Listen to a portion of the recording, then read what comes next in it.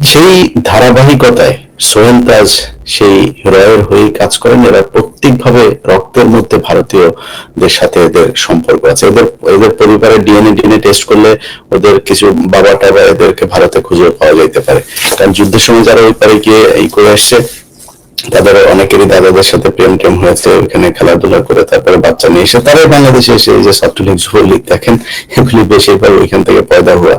অনেকে দেখবেন আওয়ামী লীগের প্রতি বিশাল 32 নম্বর বিশাল ব্যাপার, এখানে বসে না কি হয়েছে 32 নম্বরে বসে শেখ হাসিনা এই এই জিয়াউর রহমানকে মারার পরিকল্পনা করেছে। 32 নম্বরে বসে বাকশাল গঠন হয়েছে। সো এইসব বিষয়গুলো নিয়ে তারা আমাদের নানান ভাবে বুঝাইতে চেষ্টা করেন যে আওয়ামী লীগ এই দেশের বিশাল আকারে কিছু। আজকে যখন কথা বলছে, আজকেও এই উত্তরবঙ্গে বিএসএফ গুলি করে একজন মেরেছে। এগুলি গায়ে লাগে না? গায়ে খালি লাগে হচ্ছে ওনাদের বিশাল আকারের মানে প্রেম ভালোবাসা ভারতের জন্য। পাকিস্তান ওনাদেরকে কিছু করে গিয়েছে, সেটা নিয়ে অনুপরে আছেন। তো যাই হোক, আমি আপনাদেরকে রিপোর্টের আরো কিছু অংশ আপনাদেরকে আমি একটু করব। পিলখানা হত্যাকাণ্ডের সূচনাটা আসলে কিভাবে হয়েছিল সেটা এই প্রতিবেদনে সুন্দরভাবে বলা হয়েছে।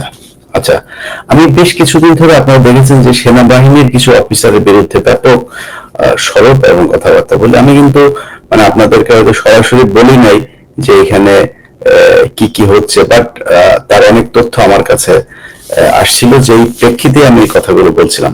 আচ্ছা, এখানে দেখেন বিডিআর এর যাকে আমরা শহীদ বলি, আল্লাহ ওনাকে শহীদ হিসেবেই মেনে নিক, যত কিছুই হোক, ওনার ভিতরে ভারত বিরোধিতা ছিল, এই যে মেজর জেনারেল শাকিল। কিন্তু তিনি একজন চোরও ছিলেন, যিনি বিডিআর এর ডিজি মারা গিয়েছেন 57 অফিসারের মধ্যে একজন। আমার কথা না, আমি রিপোর্টের কথা আপনাদেরকে বলছি। আচ্ছা, 15 মার্চ 2007 তারিখ হতে 28 সেপ্টেম্বর 2008 তারিখ পর্যন্ত বিডিআর তত্ত্বাবধানে অপারেশন ডাল ভাত কর্মসূচি পরিচালিত হয়, যেখানে ক্রয় কার্যক্রম নিয়ন্ত্রণ করেছেন মূলত মেজর জেনারেল শাকিল এবং কর্নেল মুজিব। তারা ডাল ভাত প্রকল্পের ব্যাপক অনিয়ম করেন। আমি কিন্তু আপনাদেরকে রিপোর্ট শোনাচ্ছি। আমদানিকৃত নিম্নমানের ভোজ্য তেল উচ্চ দামে বিক্রি করা, চীন থেকে আমদানি করা নিম্নমানের দুধ সৈনিকদের মধ্যে বিতরণ করা বিডিআর সদস্যদের ভীষণভাবে ক্ষুব্ধ করে তোলে। ব্যানারে নিম্ন প্রয়োজনীয় দ্রব্যমূল্য সর্বসাধারণের ক্রয়সীমার মধ্যে রাখার লক্ষ্যে সারা দেশে 100টি বিডিআর শপ চালু করার সিদ্ধান্ত নেওয়া হয়। সবগুলো পরিচালনার দায়িত্ব লেফটেন্যান্ট কর্নেল কামাল আহমেদ এর উপর ন্যস্ত হয়, যিনি পত্রিকায় প্রদত্ত বিজ্ঞাপন ছাড়া সরাসরি আবেদনের প্রেক্ষিতে নির্মল উদ্যোগের পরিচালনার দায়িত্ব পান। প্রাথমিক পর্যায়ে 15 মার্চ 2007 হতে ডাল ভাত কার্যক্রমে বিডিআর কর্তৃক নিজস্ব ব্যবস্থাপনায় আনুমানিক 20 কোটি টাকার পণ্য সামগ্রী ক্রয়ের মাধ্যমে 1 জুলাই 2007 পর্যন্ত অপারেশন ডাল ভাত পরিচালনা করা হয়। পরবর্তীতে সরকার কর্তৃক প্রদানকৃত আনুমানিক 354 কোটি টাকার পণ্য সামগ্রী ক্রয়ের মাধ্যমে এই অপারেশন পরিচালনা করা হয়। পূর্ব অভিজ্ঞতা ও সুনির্দিষ্ট নীতিমালা এবং সুষ্ঠু মনিটরিং এর অভাবে বিভিন্ন অনিয়মের সৃষ্টি হয়। আচ্ছা, মূলত এই হচ্ছে শুরু। আপনাদেরকে একটা জিনিস বুঝতে হবে যে ভারতীয়রা আমাদের দেশে যখন অপারেশন করে, অনেক অপারেশন আছে যেগুলো কিনা নিজেদের মধ্যে নিজেদের দ্বন্দ্ব বাঁধিয়ে দিয়ে তারপরে তারা করে, কিন্তু এটা আমার মনে হয় বাংলাদেশের ইতিহাসে এই এত বড় অপারেশন, যেটা কিনা সরাসরি ভারতীয় গোয়েন্দা সংস্থার ট্রেন্ড কিলার যারা এসেছিলেন তারা সেখানে হত্যাকাণ্ডে অংশ নেন। তো এই ঘটনাটি যে ঘটানো হলো, এটি ঘটনা ঘটানোর সুযোগ কিভাবে পেল? আমাদেরও তো গোয়েন্দা সংস্থা আছে, তাই না? সেই গোয়েন্দা সংস্থাও তো নিশ্চয়ই রিপোর্ট দিয়েছেন যে এই হচ্ছে, এখানে কিছু একটা হতে যাচ্ছে। সেই রিপোর্ট মানা হয় নাই কেন? এখন আপনার আর্মির যেসব সিনিয়র অফিসার, সেই অফিসারদের ভেতরেই কয়েকজন ছিল, যেমন 46 ব্রিগেড ব্রিগেড, 30 ব্রিগেড, এরকম কয়েকটা ব্রিগেড, তারা সরাসরি ব্রিগেড কমান্ডাররা এটার সাথে জড়িত ছিল। এর মধ্যে আপনারা শামসের নাম, বহুল আলোচিত প্রচারিত একটা নাম, সে নিজে সরাসরি হত্যাকাণ্ডের সাথে সম্পৃক্ত ছিল। এবং কর্নেল মুজিব যিনি মারা গিয়েছেন, যার কথা একটু আগে বললাম, চোর শাকিল চোরের সাথে আমি 2 দিন আগে একটা ফেসবুকে পোস্ট দিয়েছিলাম, আপনাদের নিশ্চয়ই মনে আছে। সেখানে লিখেছিলাম গমচোর শাকিল। গমচোর শাকিল কেন বলেছিলাম সেটা আজকে আপনারা নিশ্চয়ই বুঝতে পারছেন। আমার খুব কষ্ট হয়, শাকিলের ছেলে আছে, খুব ভদ্র স্মার্ট একটা ছেলে আছে, সাকিন নাম। সাকিন ভাই মানে ওনার কাছে অনুরোধ হবে, আপনার পেটে, আপনার পরিবারের সবার পেটে চুরির টাকা আছে, আপনার এত সুশীল সাজার কিছু নাই। চুরির টাকার জন্য আপনার বাপ যেহেতু এটা কামাই করেছিল, আল্লাহর কাছে তওবা করে নিন যে আল্লাহ, চুরির টাকা যা আছে, বাট ভবিষ্যতে আল্লাহ আপনার এদিন বক্তব্য দেখলাম আপনি বিডিআর সদস্যদের মুক্তি চেয়েছেন, এটা একটা গুড নিউজ ছিল। আপনি ভবিষ্যতেও আশা করি দেশের পক্ষে কাজ করবেন। আপনার বাবাও কিন্তু দেশপ্রেমিকই ছিল, চোর ছিল কিন্তু দেশপ্রেমিক ছিল, সে ইন্ডিয়া বিরোধী ছিল, যে কারণে আপনার বাবাকে মারা হয়েছে। সো এই প্রেক্ষাপটটা তৈরি করে দিল কারা? আপনি যদি বলেন এই যে পিলখানার হত্যাকাণ্ড, আমি এখন ডিএটি তৌহিদের নামটাও রিপোর্টে দেখলাম।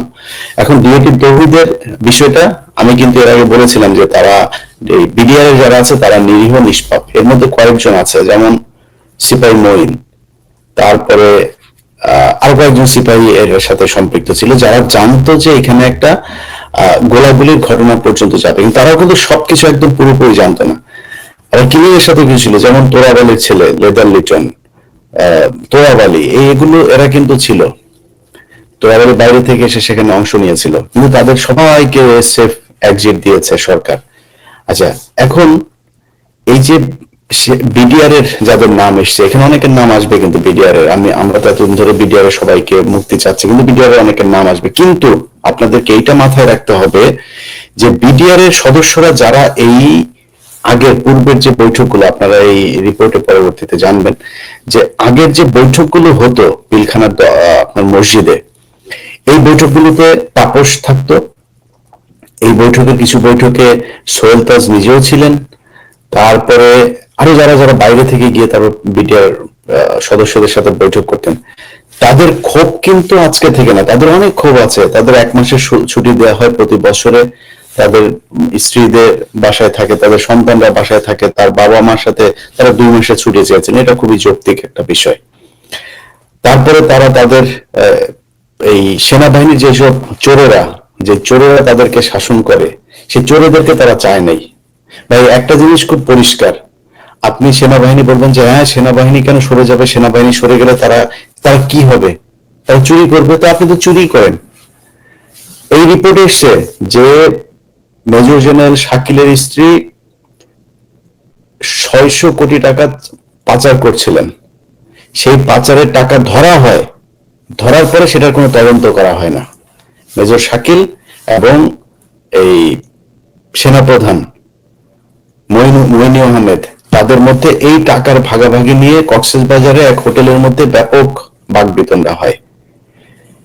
এই যে জিনিসগুলো, তার মানে হচ্ছে বিডিআর এর লোকজনকে খেপানো, তাদের এই যে পচা দুধ খাওয়ানো, তারপরে তাদের অপারেশন ডাল ভাতের টাকা মেরে দেয়া, তাদেরকে ছুটি না দেওয়া, তারা আর্মি অফিসার চায় না, সেখানে আর্মি অফিসার তাদেরকে ঘাড়ের মধ্যে পাড়া দিয়ে তারপর ধরে রাখা।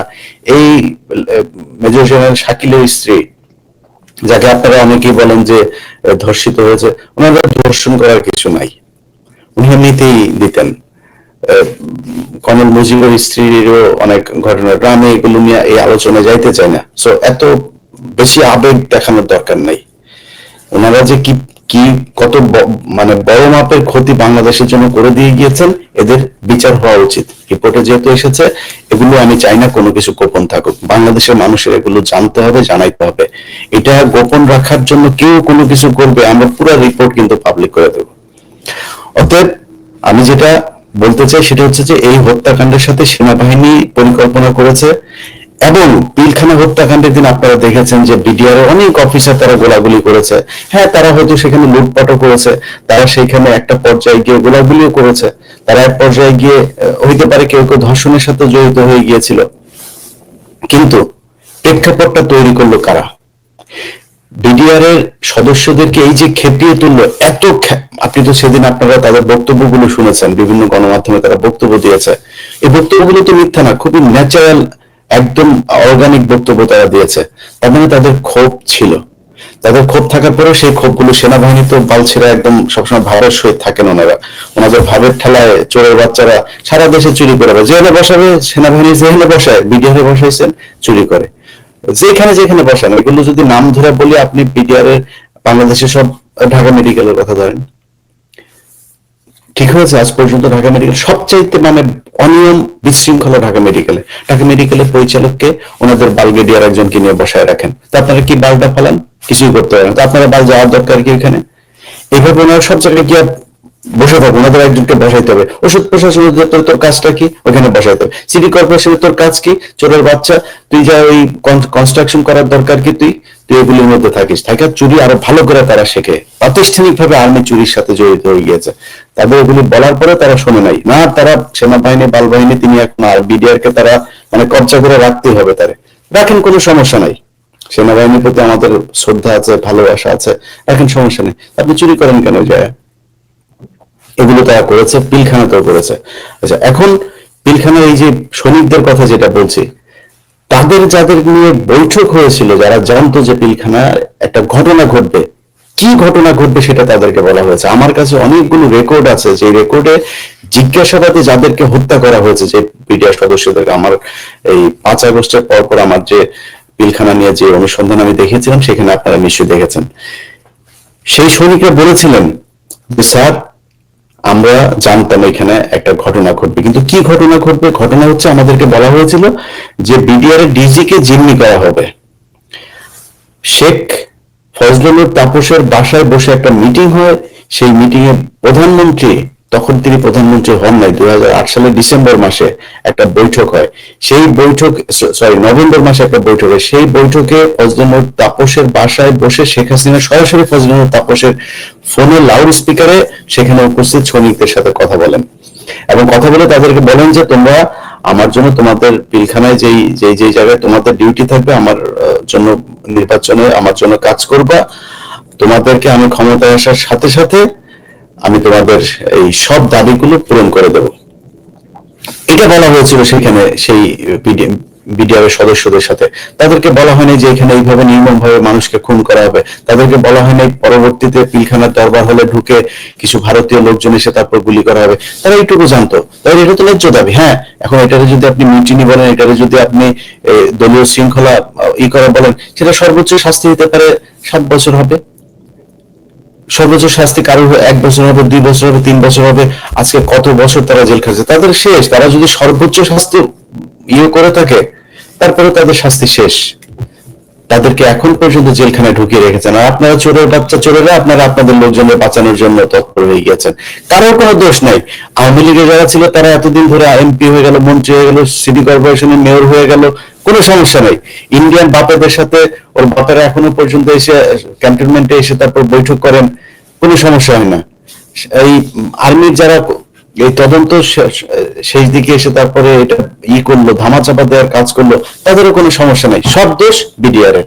বিডিআর এর খালি শাস্তি হচ্ছে। তারা এখন পর্যন্ত 16 বছর জেল খাটলো, এখনো তারা জেলে খাটবে। বিডিআর এর যারা জড়িত ছিল, কিসের জন্য জড়িত ছিল, তারা পরিকল্পনার কোন পার্টটুকু পর্যন্ত জানতো, সেটা বাংলাদেশের মানুষ জানতে চায়। অতএব আমি আপনাদেরকে আজকে উপসংহার টানলাম যে রিপোর্টের কি কি অংশগুলো, গুরুত্বপূর্ণ জায়গাগুলো আপনাদেরকে তুলে ধরা হলো। আমি আগামীকালকেও আমার সাথে কয়েকজন সেনা কর্মকর্তা একটা লাইভে থাকবেন। আমরা কালকে রাত আবার ঠিক 10টায়, আমি জানি না 10টায় হতে পারে, 9টায় হতে পারে, আমরা আরেকটা লাইভ করবো, এবং ধারাবাহিকভাবে নেক্সট কয়েকদিন আমরা এই বিষয়গুলো আপনাদেরকে একটা একটা একটা করে তুলে ধরার চেষ্টা করব।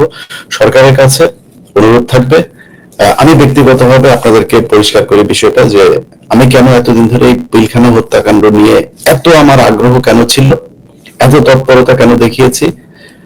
অবশ্যই বিডিআর এর যে লোকজন আছেন, এই বিডিআর এর লোকজনের প্রতি আমার একটা সিম্পেথি আছে। তাদের পরিবারের যে করুণ ইতিহাস, আমার যদি ক্ষমতা থাকতো ভাই, আমি এই 200-400 কোটি টাকা তাদেরকে দিয়ে দিতাম যে ভাই আপনার পরিবারগুলো নিয়ে আপনি ভালো থাকেন, আমি আপনাদেরকে আর্থিকভাবে ভাই ওইভাবে সাহায্য করতে পারি নাই, এটা আমার অপারগতা। তবে আমার আইনগতভাবে আমি আপনাদের যারা জেলখানায় আছেন, যারা জেলখানা থেকে বের হয়েছেন, তারা সকলে জানেন বিডিআর এর যেই তাদের যে একটা সংগঠন আছে, সেই সংগঠনের নেতৃত্বে যারা আছে তারাও জানেন যে আমার ভূমিকা এখানে কি ছিল। আমার জায়গা থেকে আমার সর্বোচ্চ চেষ্টা করেছে আপনাদের পাশে থাকার। কিন্তু এটার চাইতে বড় যেই কারণে আমি এটার সাথে সম্পৃক্ত ছিলাম, সেটার কারণ হচ্ছে আমি মনে করি 2009 সালের 25শে ফেব্রুয়ারি যে হত্যাকাণ্ড পিলখানায় ঘটেছে, সেটাই বাংলাদেশের গেল 16 বছরের যে ভাগ্য সেটা নির্ধারণ করে দিয়েছিল। এটার কারণে আর্মি কথা বলতে পারেনি, পুরো আর্মিকে শেখ হাসিনা একদম তার ভারতীয় বাহিনী হিসেবে প্রতিষ্ঠিত করেছিল। অতএব এই হত্যাকাণ্ডের মূল রহস্য যদি উদ্ঘাটন করা যায়, তাহলে এখানে আওয়ামী লীগ দলগতভাবে, সেনাবাহিনীর কোন কোন কালপেটরা, চোরের বাচ্চারা এখানে সম্পৃক্ত ছিল তারা, তারপরে দেশের ভেতরে কারা কারা এটার সাথে সম্পৃক্ত আছে। আমি মনে করি এই যে স্বরাষ্ট্র উপদেষ্টা, বর্তমানে তার নাম এসছে ইয়েতে, আপনারা এগুলো জানবেন, স্বরাষ্ট্র উপদেষ্টা এই চোরের বাচ্চা আপনার এই পিলখানা হত্যাকাণ্ডের যেই আপনার পরবর্তীতে যে তদন্ত কার্যক্রম, এই তদন্ত কার্যক্রম পুরো ধামাচাপাতে আর মাস্টার মাইন্ড ছিল এই স্বরাষ্ট্র উপদেষ্টা ব্রিগেডিয়ার জাহাঙ্গীর। এই ব্রিগেডিয়ার জাহাঙ্গীর অবিলম্বে তাকে গ্রেপ্তার করতে হবে, তাকে পদত্যাগ করাইতে হবে। বর্তমান আইজিপি, পুলিশের যিনি আইজিপি আছেন, বাহারুলের নাম এসছে, আমি মনে করি তার দ্রুত পদত্যাগ করা উচিত এবং তাকে আইনের আওতায় আনা উচিত। যার যতটুকু শাস্তি, সেটা 1 মাস হোক, 1 বছর হোক, আর 1 যুগ হোক, যার ফাঁসি হয়, যার যেটা হয় সেই অনুযায়ী তাদেরকে শাস্তির আওতায় আনতে হবে। এই পিলখানা হত্যাকাণ্ড নিয়ে যে স্বাধীন তদন্ত কমিশন রিপোর্ট দিয়েছে, এটা শুধু ওই জাদুঘরে বন্দি করে রাখার জন্য না। অতএব সরকারকে বলবো দ্রুত এটা মানুষের সামনে প্রকাশ করুন, এটা আপনাদের ভাবমূর্তি আরো উজ্জ্বল হবে। আর এটা যদি আমাদের মাধ্যমে যদি এটা প্রকাশ হয়, এটাতে আপনাদের ভাবমূর্তি ক্ষুণ্ণ হবে এবং আপনাদের যেই সদিচ্ছা, সেটা নিয়ে মানুষের মধ্যে প্রশ্ন তৈরি হবে। যাই হোক,